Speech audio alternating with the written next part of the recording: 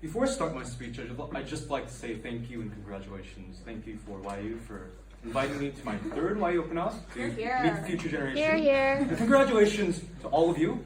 In your first ever YU Open House debate, you get to see the best speaker of South Korea. Right. So I want to start with the story. I'm starting now. Could you do that now? Yeah. Like, my mom wanted to be a travel journalist when she was really young. She wanted to travel the world, and her life's passion was to constantly travel and write books about traveling, right? But then she met my dad. And as much as my mother loved my father comes from a very conservative society. And my grandmother and my grandparents would never understand my mom when she had me going around and just going and traveling without focusing on education, right? And because my mom just loved my father so much, she had to give up that dream. For her prime years, her early years, she had to give up and she had to become a housewife. The conclusion of that argument isn't that my mother's life did not have value. I'd like to believe that she also had a sense of improvement because she actually chose that conflict and that struggle. But the conclusion is the dichotomy, often because of people, are self-interested. They're unable to understand their romantic partners to the fullest extent, no matter how much they love them, because they're socialized such to a degree that they focus on themselves. That people are made to make dichotomous choices. That even though they have something that values to them, they're forced to compromise it. And I think that's the fundamental flaw that comes from opposition bench these days. Their logic works like this. Because struggles are part of relationships, and relationships are valuable, therefore struggles must be valuable as well. We think that is faulty logic, right?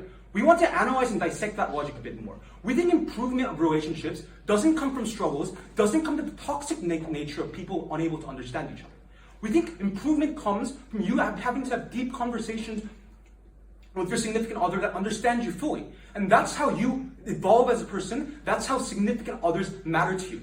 We think the problem with self-sacrificing what makes yourself you is an externality that you endure because you want that relationship, not a benefit that comes from the relationship in and of itself.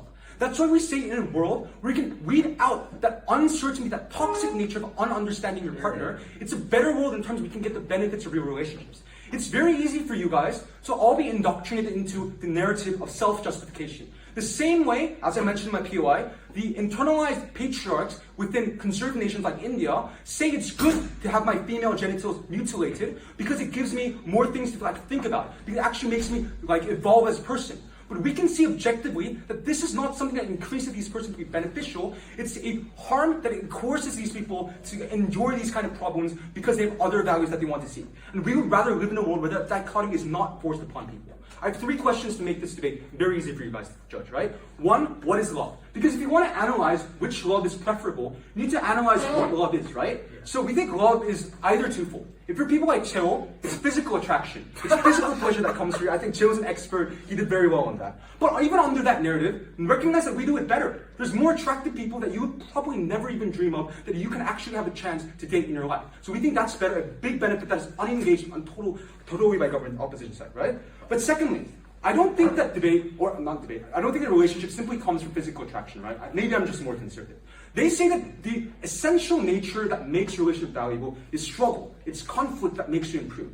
The question that I give you is, why is struggle and conflict or self-improvement even such a value-worthy objective of a relationship in the first place? I don't think that's something that's intuitive, right? I think the more realistic reason why we opt into relationships is if it's not physical pleasure, it's a certainty that we don't want to be alone in school, right? It's in this barren world, very, very cosmopolitan world, that we are alone, there's no one, and I am alone, that I'm the only person who can experience my feelings, what I like and what not, is something that's very scary. That's why we want to opt out of that narrative of loneliness and have someone that understands me fully. And that's why I think struggle isn't a main part of what makes relationship valuable. The fact that you can converse and have conversation with someone that understands me to the fullest extent, that I can share my happy moments and sad moments with that person, is something that makes a relationship valuable. And I think an AI can do all of that without the toxic nature, without the rigidity of them being socialized in a conservative way, unable to compromise my things, right? So in that percent, that is the trick of love. I think that is something that is better. But secondly, recognize that they totally do not engage with Joe's argument of accessibility of love, right? Because it's not true that Hollywood movies make you believe that one day, no matter how antisocial you are, even if you're not the most handsome person, like Junbom, you can go out and you can, someday, a person will understand you, your soulmate will appear. I'm sorry, but that's not true, right? In often situations, even if you love someone so deeply, she might not like you back. And that happens to a lot of people, which is a tragedy that happens to the majority of people. In our world, that person that you love, that things can understand you and you can share an environment, can actually be in your doorstep.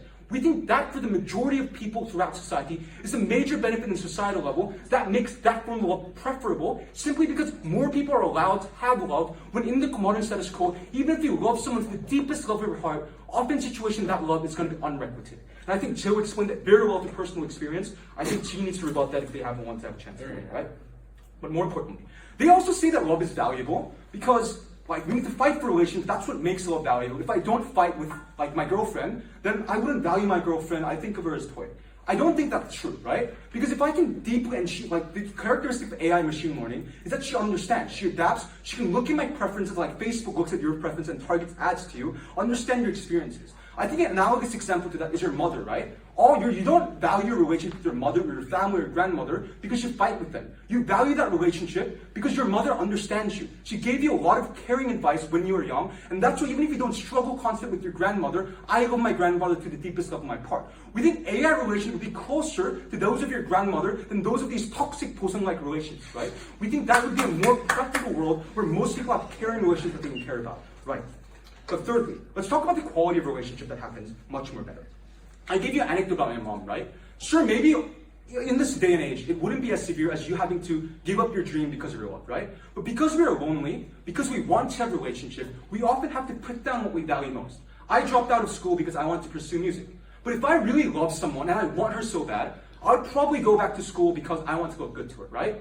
And these kind of things aren't a good thing. They might say this is improvement. I think this is a dichotomy that makes you lose who you are, right?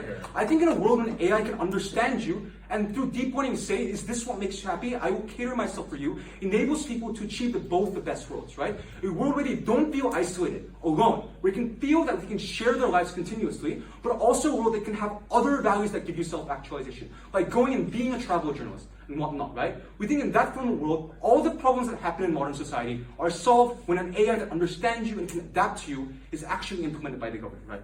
I have a few minutes left. Lastly, so the last thing is, Jill said it, I'm going to reiterate. I've been debating for quite a few years. YU has given me a sense of community and both a sense of fulfillment because debating was really fun. And I'm not even a part of YU. I can only imagine what it can do for all of you. So Here, here. I think the only thing more clear than who has won this debate is why you guys should join YU. Thank you very much.